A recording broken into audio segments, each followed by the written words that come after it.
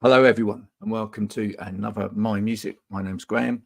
I'm going to be speaking to Emily today after this video, which by now has had so many viewings on the internet that you're probably sick to death of it. But still, it's a great video, and do go and visit the website afterwards, analogtrash.com, and fill your boots.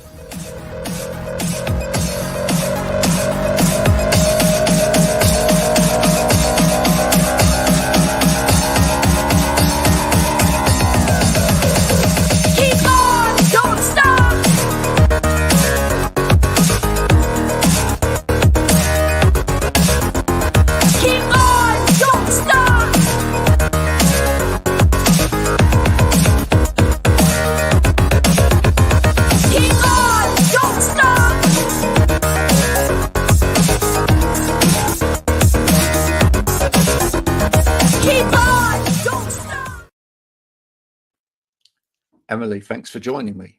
All the way from, where are you coming from?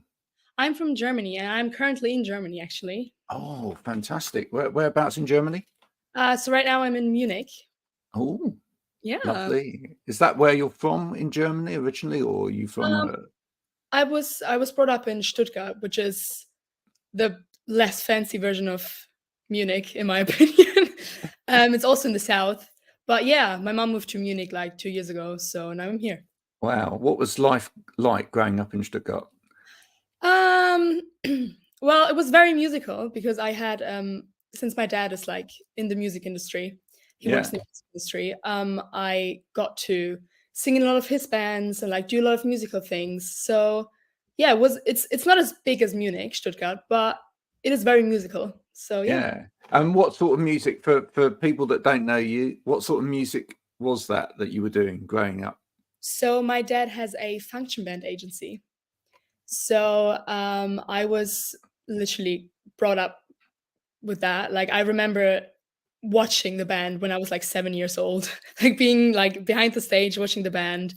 And when I grew up, is that like, is that kind of pop rock type stuff, or is it more traditional German music? Well, it's sort of like they play specifically on the Oktoberfest. Right. Yeah. So it's like you might have to explain, actually, for a lot of people in the rest of Europe, or even the other parts of the world, they may not even know what that is, apart from the fact that you drink a lot of beer. Yes. So yeah, go for it. Explain what that is. So I would say it's a big festival with a lot of like a lot of traditional food, a lot of like rides and stuff. But you can also there are a lot of tents there where you can literally just go to a table, get your food, get your drinks, and watch the band play live and get drunk and eat and just have fun with your friends and family. Well, maybe not with your family, but with your friends. No, absolutely. And why does that festival exist? Just for anyone that doesn't know. Why? It's just literally like it's just an excuse for a party, right? Partying for drinking, I'd say. Yeah. Right. There you go. Yeah. There you go. So growing up with that kind of music, etc., you had to wear like the traditional outfits, like the, well, lederhosen and all of that. Did you learn to slap it? Did you learn to slap yourself effectively? Didn't. Thank God I didn't. Thank God I didn't. We always had like traditional stuff we had to wear for the gigs. Thank God it was not lederhosen. Thank God. I don't look very good in them, so I'm very happy I don't have, and they're very uncomfortable actually. So I'm very happy I didn't have to wear them. But yeah, the people come to the festival and like lederhosen, and the women wear it's called Dirndl, which is the dress, dress version of it. So yeah, and that's literally where I grew up. I started playing those kind of gigs when I was 14, I think, or 15. When did you start developing your own musical taste? When did you start? I'd say I was like maybe 12, 13. Yeah. And it was far from the stuff that we played at the Oktoberfest, very far from that. Yeah, cool. What was it to begin with? So I started teenager.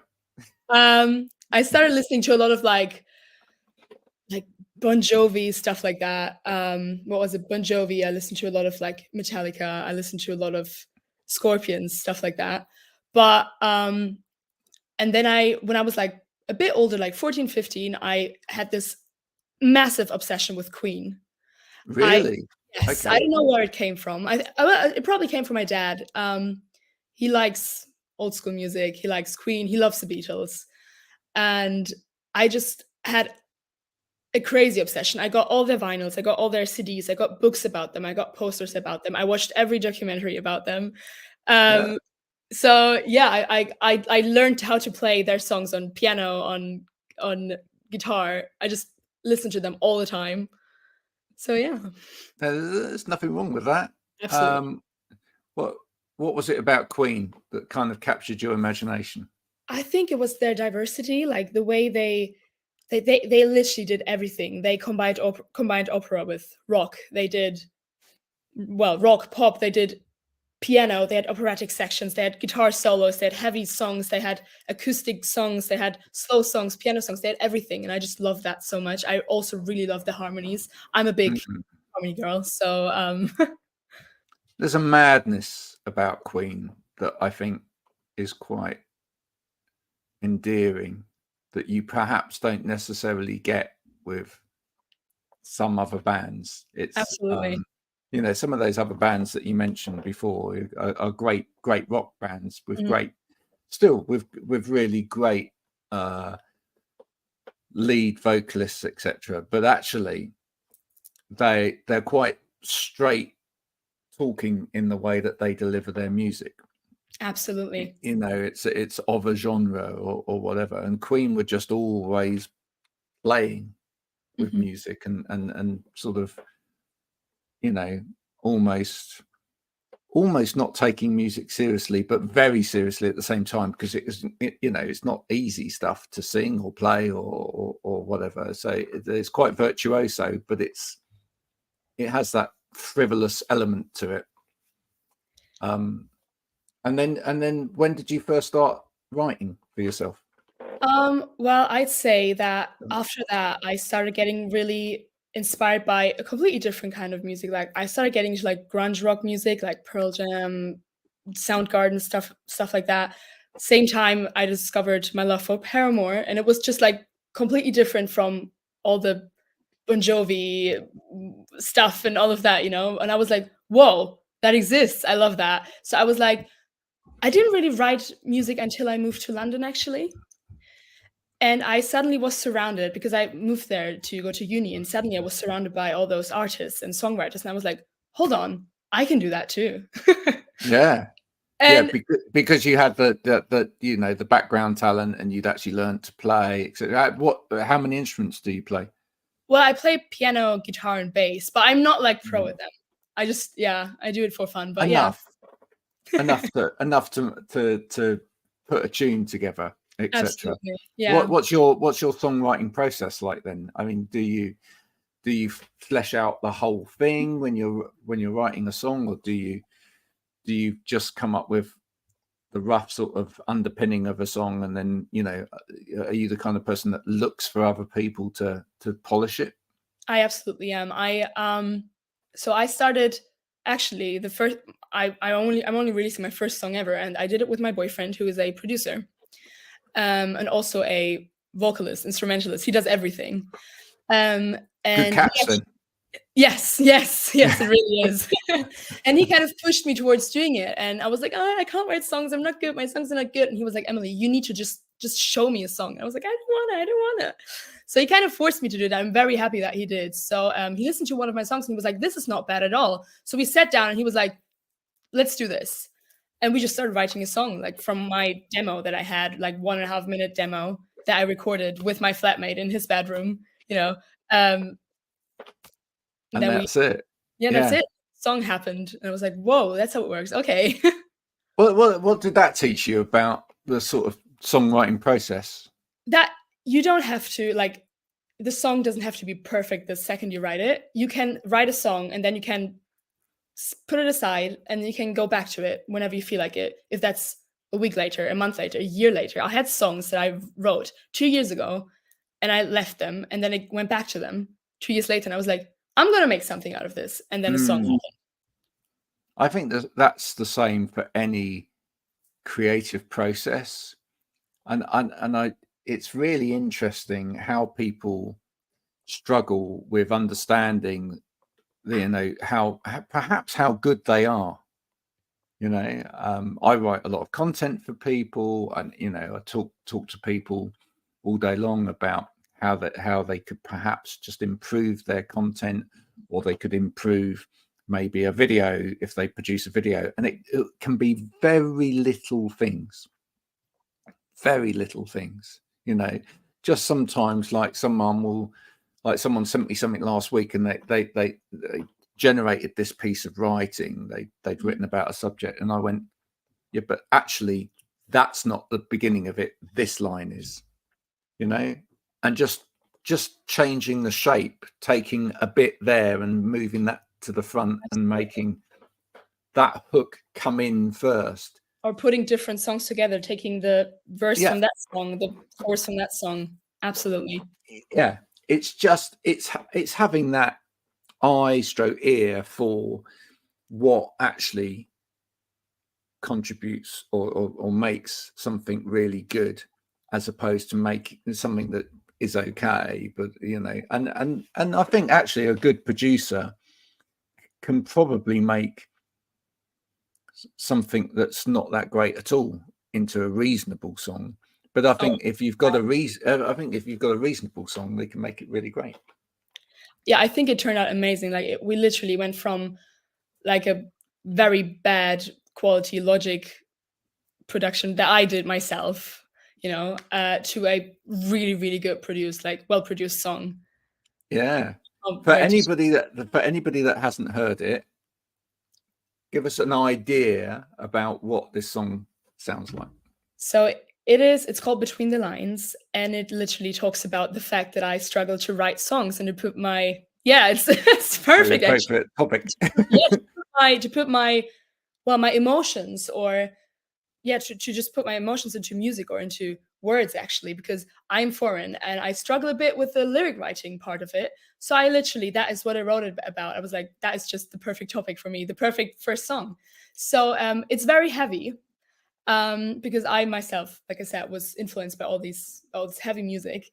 It's pretty just straightforward rock music, I'd say, influenced by Paramore, maybe even Queens of the Stone Age, I'd say, something like that, in that direction. What kind of voice do we expect from you on this? It's a very powerful, into your face voice. Lots of belting. Has it taken you time? Now, did all of those years at Oktoberfest, whatever, help with that projection? Because you're singing over, loud, leery men,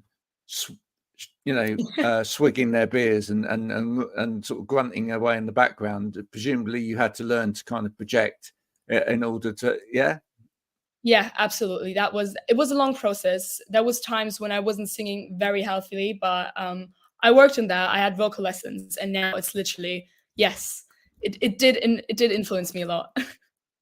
Did you used to sing too much from the throat as opposed to the diaphragm? Or yes, exactly. It was a lot of like shouting. Straining my voice. Yes, shouting, a lot of that.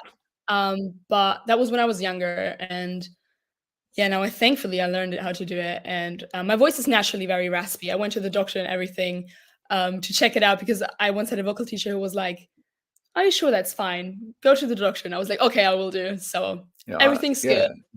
I've got adenoids. Yeah, it's like what as you develop your music now, do you think this that we're going to be hearing now, and we're linked to the this as it goes out, etc. But do you think this will become your sound, or do you think your sound will be quite varied? I think my sound will be quite varied, because it's a secret yet, but I also have the second song recorded. And it is not quite the same as the first one, but I mean, you can definitely like see a pattern there. It is a bit different, but I kind of like it. I kind of like exploring my songwriting and not having like the same sound for everything. As Mm. I literally, I'm writing my first songs, and maybe in 10 years or something, I will have my own sound. But right now, I'm just really trying to experiment what I like, what I sound like, what I want to sound like, what I don't want to sound like. So yeah, I'm trying to do a bit of everything.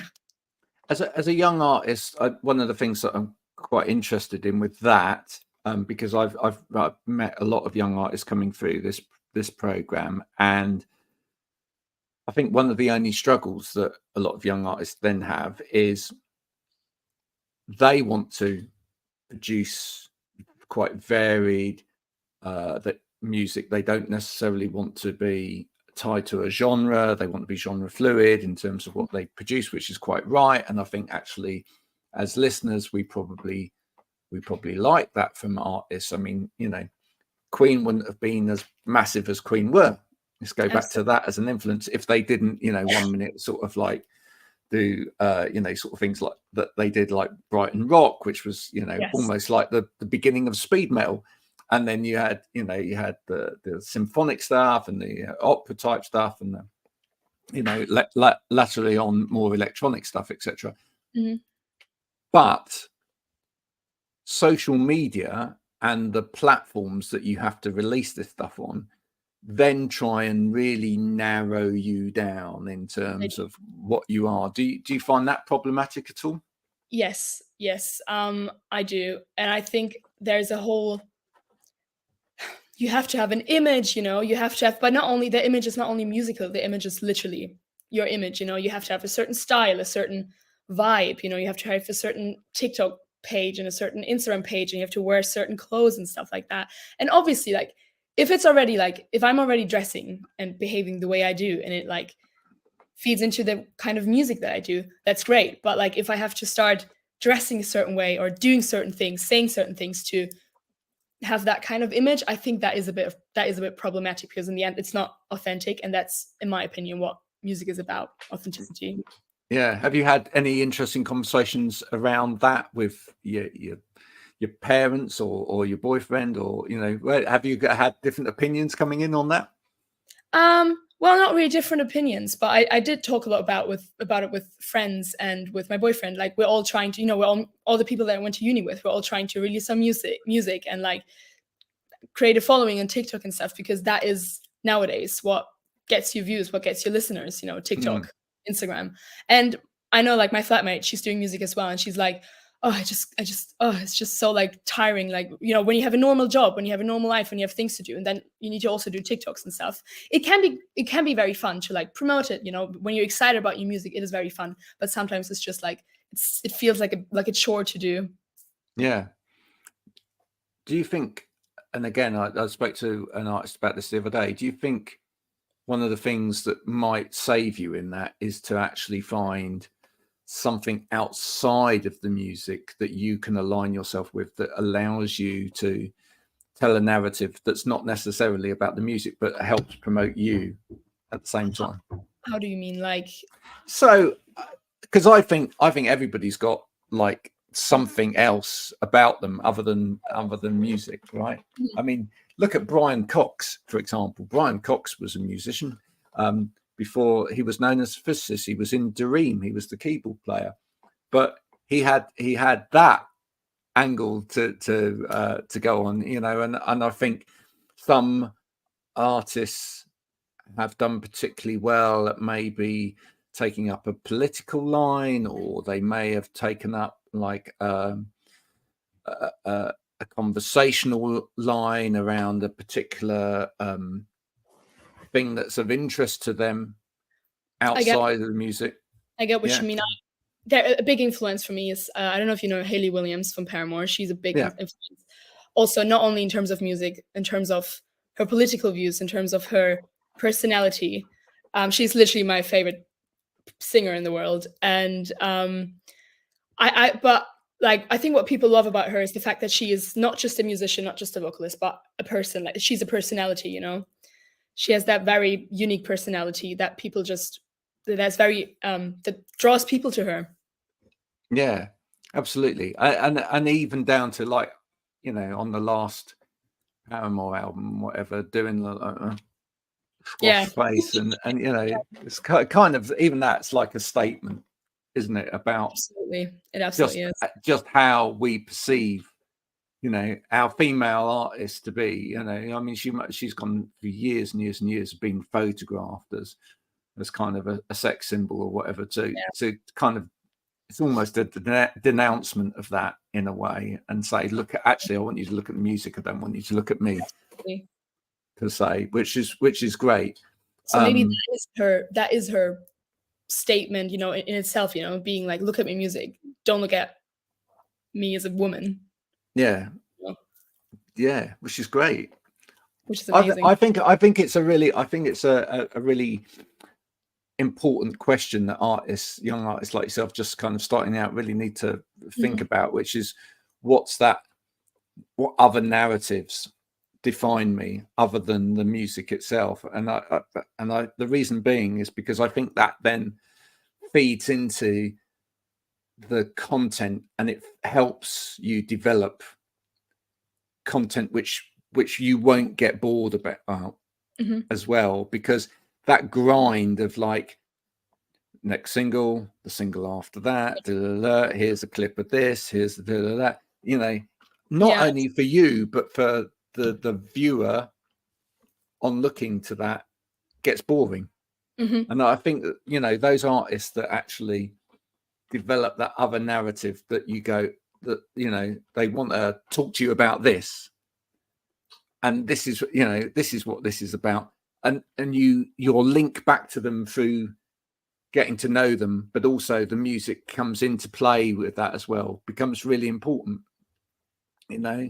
But I just think, if there's other passions in your life that you can explore within the context of the stuff that you put out there, I think that's what will keep you going. That's my tip. That's my tip for today. That is a great tip. That is a really good tip. Yeah. I can definitely tell that it's like, the more music I write, the more I can identify it with myself, and the more, like, I realize about myself, and I'm like, oh, this is something that I've been thinking about. This is something that I'm interested in, you know. I can, like, tell from the music that I write. Yeah. What's your big ambition for the future? Where would you like to see Emily in 5 years' time? Well, I would love to play some big shows, because my passion is performing on stage. That is what I love, even more than writing songs and recording. I just love performing on stage. That is my thing. So I would love to play shows, not only in the Oktoberfest, but also playing shows promoting my own music. That would be great. I would love that. Well, you may have already answered this, but with some of the answers you've already given, but if you could see yourself in a few years' time supporting somebody, who would that be? Who do you think would give you the sort of support, not only by being the support band or the support artist to them, but actually just getting alongside them for 5 minutes? It would teach you something. Well, like I said, definitely Paramore, definitely. I just have so much inspiration from that band, in their attitude, their music, their everything they're doing. I really love them. But there's a lot of good other artists. I really like Queens of the Stone Age. I really like their sound. I really like their state. I've actually seen them live for the first time a few weeks ago in Manchester with my boyfriend. And I love their live setup, their live performance, their live presence. Really liked it. Yeah. It was great. Would that be a dream female male duet, Josh, at some point? Maybe. Yeah. Maybe. Well, if Queen was still present, you know, if they would be Freddie. Yeah, Freddie. Who wouldn't want to sing with Freddie? That's absolutely true. I think everyone. I don't think there is a single person that doesn't like that band. No, it's just something about them, isn't it? Yeah. Well, listen, Yeah, sorry, go on. No, I was going to say, it's been fantastic having you here. You just see how quickly the time flies. It does, yeah. Coming to talk to me today about your music. As I say, we will link to the music as well. And so people should go and support you by do. not only listening to the music when it gets released, but also stopping off for a minute and saying hello. And if they like what they hear, just letting you know that they like what you hear, because that's really, really very important indeed. It absolutely is. I also have to really acknowledge how brilliant you were in picking your Instagram name. I did write about that in the sort of pre-collateral to this as well, by making it sound like you were EMI Music, because of course EMI Music are one of the largest record companies in the world. So incredibly well done by actually picking an Instagram name which is just like a typo of EMI Music. Have you found many people stumble across you and say, "Oh, I thought you were you were a record label"? Not many, but yes, I have. There you go. See, job done. Brilliant. Thank you. You know, the problem is though, the problem is though that I'm actually, well, by the time this video is out, I'm actually changing my artist name as well. Which yeah. Well, there you go. Do we get a sneak peek? Can we tell people what your name Well, will this be? video will be out by the time. Yeah, that's fine. So I'm changing my name to Emily Volt, which is I think it's a very badass name. So yeah. It is really, really badass. Will there be t-shirts with that on? You know what? I might do some. I don't think I have the following yet for people to buy my merch, but at some point there will be. I just feel like that Volt thing that could just, that definitely needs to be expanded upon. That's yeah, totally. It even goes with the V.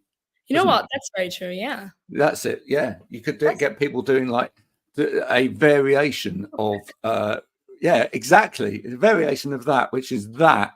You're giving me a lot of ideas, Thank you for that. There we go. That's what we're here for. Ladies and gentlemen, it's been an absolute pleasure talking to Emily, or Emily Volt, as she is now known, from this day forward. Please do check out her music. Do download it, stream it, all of those sort of things. If you enjoy it, please do stop by and tell us so. That's what happens, folks. If you start off in the family tradition of singing at Oktoberfest, it could be you. It could be you.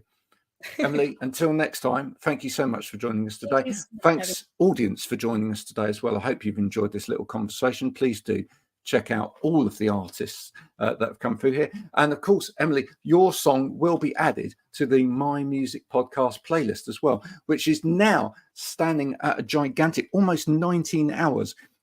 Which means you can literally, because it's one track from every artist that's been on the show. That means you can just put it on and enjoy such an eclectic mix of music as you've probably never heard before.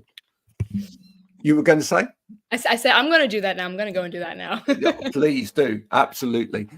This show is like this jumper. Marmite. Oh, yeah. You either love it or you hate it. If you've enjoyed it today, then thank you very much. If you've hated it, then bye. Go bye. Bye for now.